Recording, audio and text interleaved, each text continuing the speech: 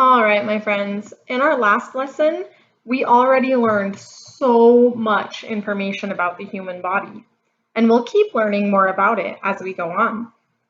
But today, instead of learning about the systems of the human body, we are going to learn about a very important person.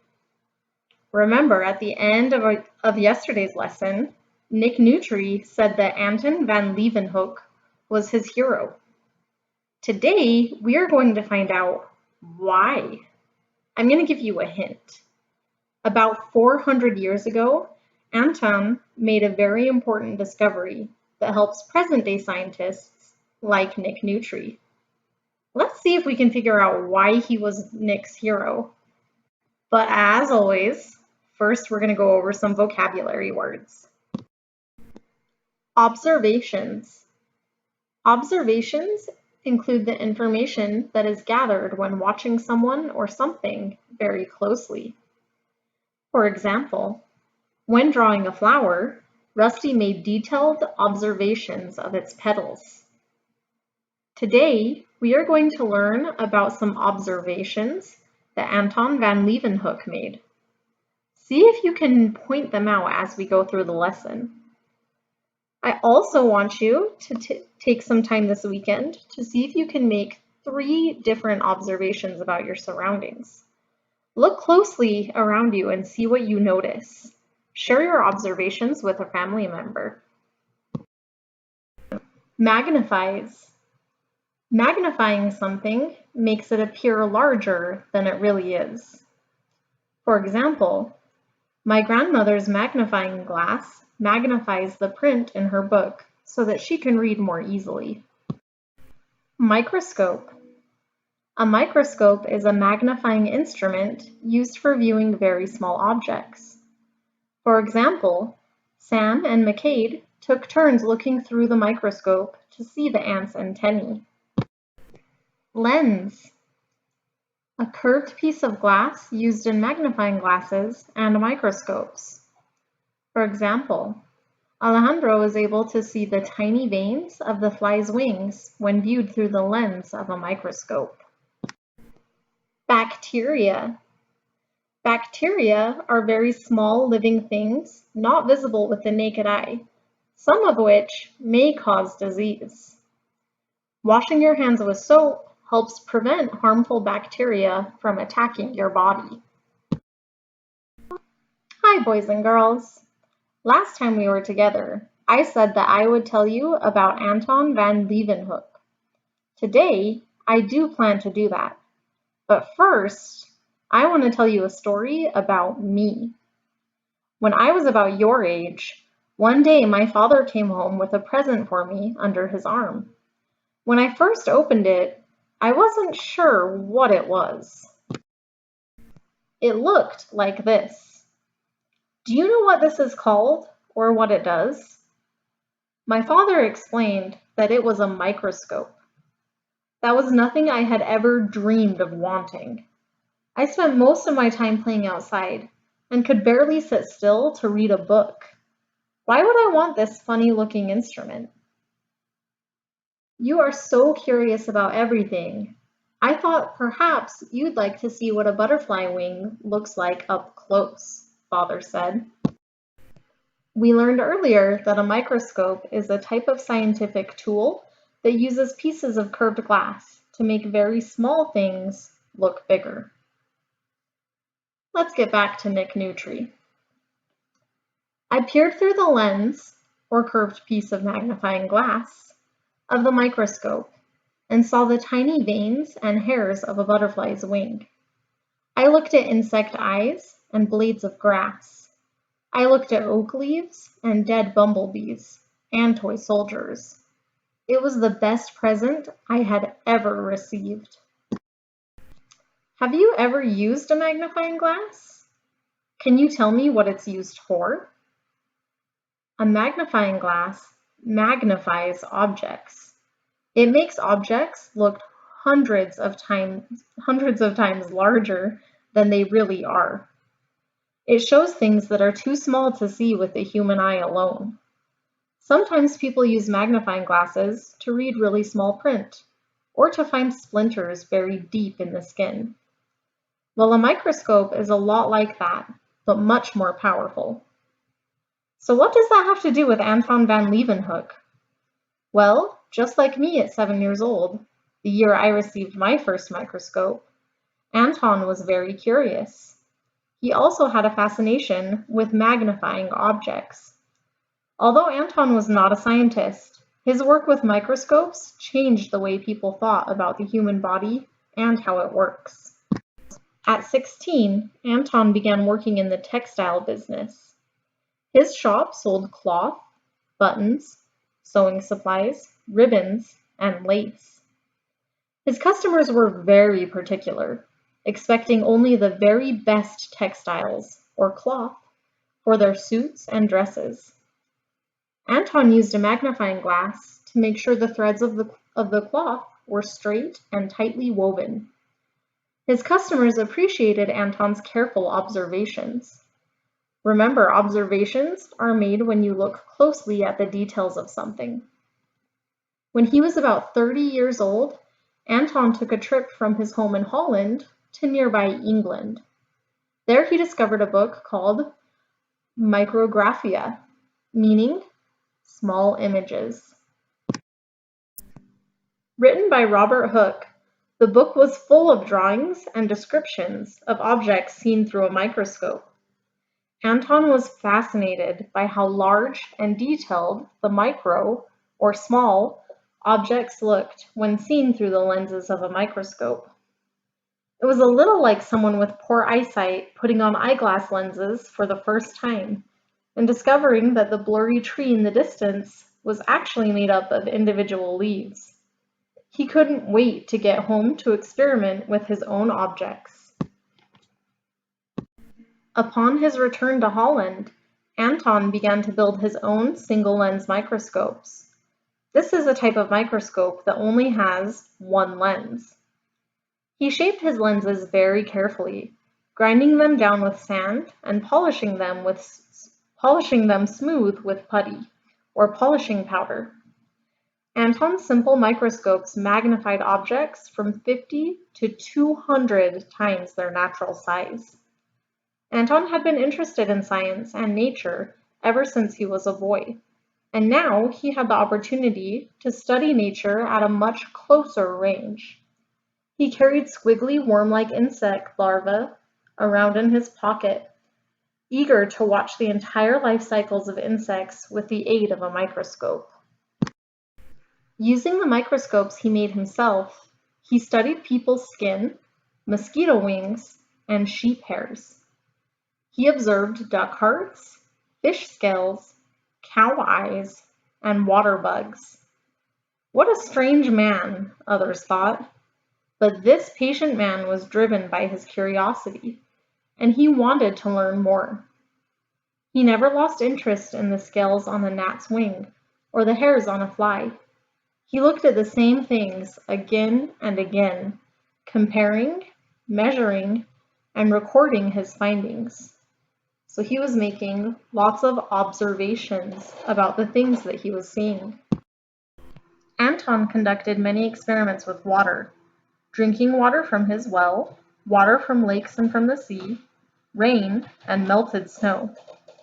He discovered what looked to him like tiny little animals in the water. He called these little animals animalcules. Anton claimed he saw even more animalcules swimming about in rainwater. They were everywhere, he said. He estimated, or guessed, that 1,000 of these tiny creatures could fit on the head of a pin, like a pin that you would use for sewing. People called him a liar and a magician, thinking him quite mad or crazy. But in fact, Anton was not mad at all.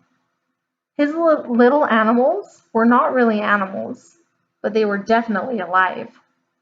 He was the first to observe and describe many tiny living things in nature not visible with the naked eye, including bacteria or germs. In other words, bacteria cannot be seen with the naked eye.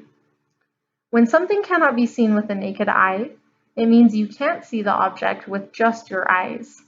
You need a tool, such as a microscope, telescope, or magnifying glass, in order to see it. Many scientists believe that these tiny life forms have been on Earth for more than 3 billion years. They surround us in air, water, and on land. But no one was aware of their existence before Anton recorded what he saw. He discovered a whole new world. Ever curious, Anton began studying the saliva from inside his mouth. He discovered even more bacteria. He found that the sticky coating on the outside of his teeth was crawling with millions of tiny organisms, or living things. You have them too, but don't worry. These guys won't hurt you. We'll learn more about them another day. Anton kept a journal to record his detailed observations. He made friends with 2 English doctors who belonged to England's Royal Society of London. They told him that their fellow English scientists kept similar journals to share their scientific discoveries, and they invited Anton to share his work with them. So for the next 50 years, Anton sent hundreds of letters to England.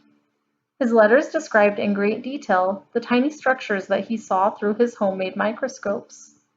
He described fungus on stale bread, the stingers, eyes, and mouths of bees, even tiny lice. Because he could not draw well, Anton hired someone to illustrate his writing. The English Society loved everything he sent and published his letters for others to read. Anton van Leeuwenhoek did not invent the microscope, nor was he the first to use one, but he used his own simple microscope more than most people of his day. Compared to modern microscopes, Anton's was very simple indeed. It was even more simple than other microscopes used in his day. The entire instrument was only 3 to 4 inches long and had to be held up close to the eye. Anton's microscope used only one lens. Modern microscopes have 2 or more lenses, one in the eyepiece that you look through, and at least one lens at the bottom of the tube or barrel to enlarge things even more. Today, objects are put on glass slides to be viewed. These objects remain in one place. It is the lens that moves, not the objects. Instead of keeping the objects in one place, Anton mounted his objects on the end of a sharp, pointed pin sticking up in front of the lens, and moved the objects instead of the lens. Anton's invention required good lighting and great patience to use. His lenses were the clearest and most powerful lenses of his day, but he never shared his secret for creating them. No one came close to matching the quality of Anton van Leeuwenhoek's microscopes for more than 100 years after his death. Of the 400 to 500 microscopes that Anton is believed to have made, no more than 9 exist today. Anton is one of my heroes because he was the first person to discover bacteria, tiny living things not visible with the naked eye. And his discovery of bacteria made it possible to see other small living things, such as the small building blocks of all of life on Earth. As a nutritionist, I am fascinated by how the human body works and the tiny building blocks that make up the human body. The next time we meet, I look forward to teaching you about the amazing body's amazing building blocks. All right, my friends, today we learned about a very interesting person, Mr. Anton van Leeuwenhoek. We talked about how he made a very important discovery. What was his important discovery?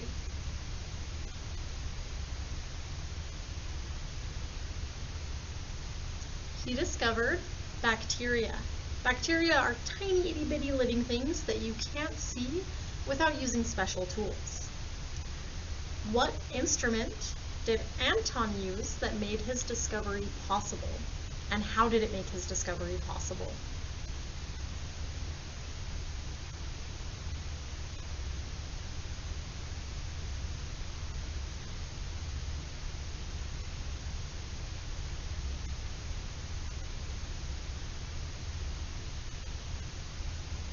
He used a microscope. Remember, he used that microscope with its magnifying lens to magnify drops of water, his own saliva, his own spit, and a ton of other things too. What adjectives do you think you would use to describe Anton van Leeuwenhoek? We've been talking a lot about adjectives lately. Remember, adjectives are words that describe nouns. So if our noun that we're describing is Anton van Leeuwenhoek, what kind of adjectives could you use?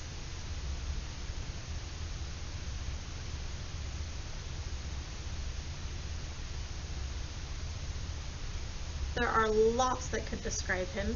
He was observant, he was intelligent, he was curious, he was hardworking, he was focused. Lots of different options. He lived a very long time ago, so how do we know so much about his discoveries today?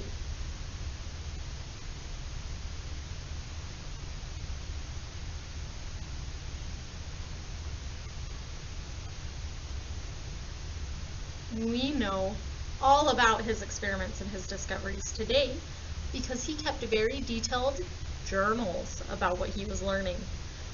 Does that sound familiar to you guys?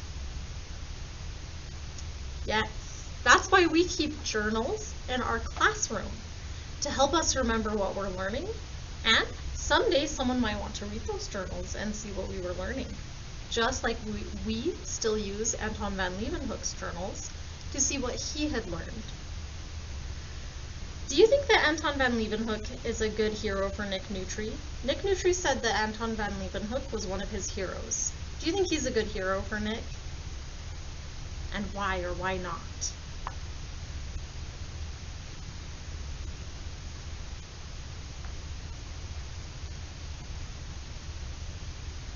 All right, my friends, I want to talk about one of our vocabulary words that we saw today, just a little bit more detail. We heard the word observation. Remember, an observation is information that is gathered when watching someone or something very closely. Anton van Leeuwenhoek made a lot of observations in his study. I'm going to read a couple of sentences from our read aloud today. If the sentence that I read describes one of Anton's observations, I want you to say observation. And if it doesn't, I want you to shake your head and say not an observation. All right. At 16, Anton began working in the textile business. That one is not an observation. Anton used a magnifying glass to make sure that the threads of the cloth were straight and tightly woven.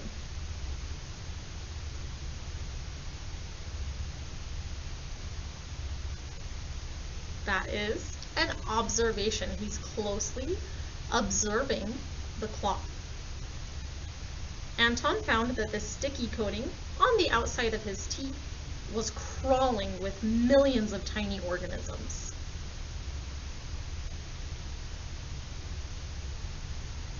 That one is an observation.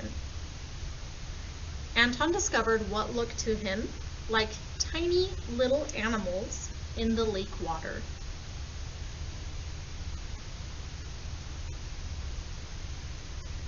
That one is an observation. And our last one, Anton made friends with 2 English doctors who belonged to England's Royal Society of London.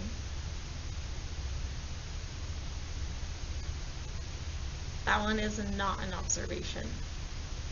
All right, my friends, we need to jump into our journal today. We're going to keep a journal just like Anton. I'm going to jump over my computer to tell you what we're going to write in our journals today. In our read aloud today, we learned about Anton van Leeuwenhoek. So our journal entry will also be about Anton van Leeuwenhoek. On the PDF for today's assignment, that very first page, there is a painting of Mr. Leeuwenhoek and a space for you to write about him. As always, that writing should be 3 to 5 complete sentences. That means that your sentences have a subject and a predicate. They start with a capital letter and they end with a final mark. While you're writing about Anton van Leeuwenhoek today, I want you to think about what kind of person was he? What adjectives would you use to describe him? What adjectives could be used to explain what kind of person he was? Was he lazy? Was he intelligent? Was he curious? Was he silly? What kind of person was he? What adjectives could you use to describe him? I also want you to think about what he did. What did he do that was so important?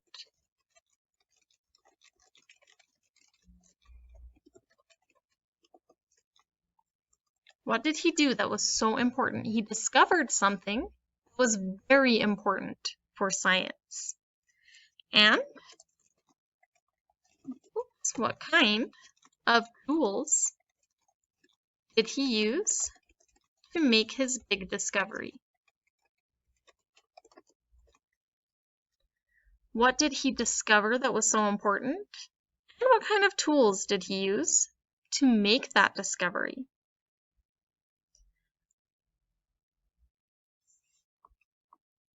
When you are finished writing about Anton van Leeuwenhoek, there is one more activity. This next part, this next page, is not required, but it's something that you can do if you would like to.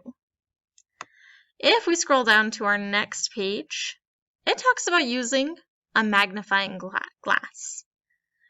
Those questions, what he discovered was the existence of bacteria.